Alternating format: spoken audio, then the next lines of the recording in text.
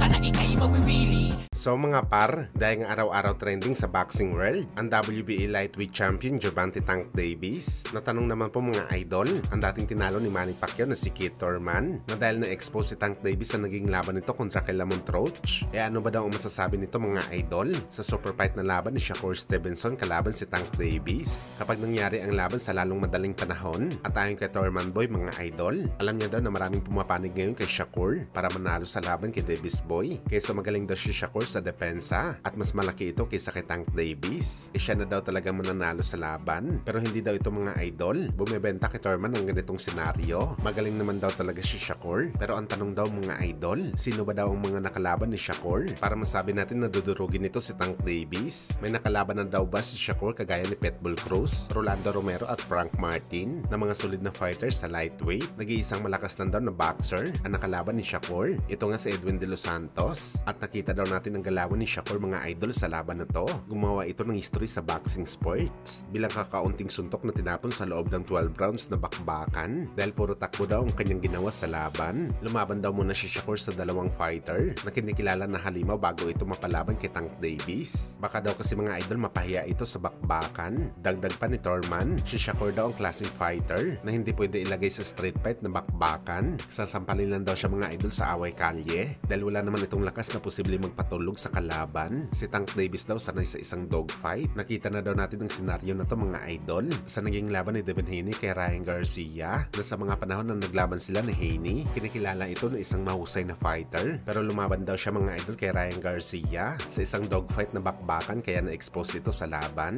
Hindi naman sinasabi ni Thurman mga idol na walang laban si Shakur kay Davis. Ang gusto lang talaga nito mga idol, magka-experience mo na si Shakur na lumaban sa malakas. Patunayan nito na kaya nito i-handle ang kamao ni Davis Boy kapag tumama sa kanyang muka.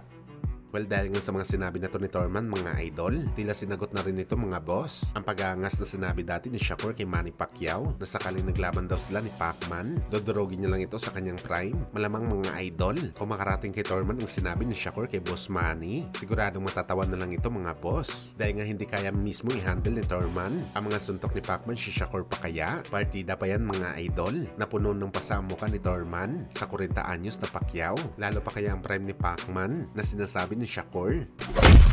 Sa kabilang banda naman mga idol, sa naging panayam nga po nila Lamont Roach sa Probox TV kasama ang kanyang manager, brutal na na-reveal nila na dandel na daw ang rematch nila ni Tank Davis. May konting gusot na lang daw na inaayos sa venue at magiging opisyal na ang laban. Hindi lang daw muna nila ibibigay ang detalye mga idol, pero aasahan daw natin mga idol na i-anunsyo sa lalong madaling panahon ng rematch kung saan mukhang tutuhanin talaga ni Tank Davis mga boss ang kanyang sinabi na katapusan daw ng May ang rematch nila ni Roach.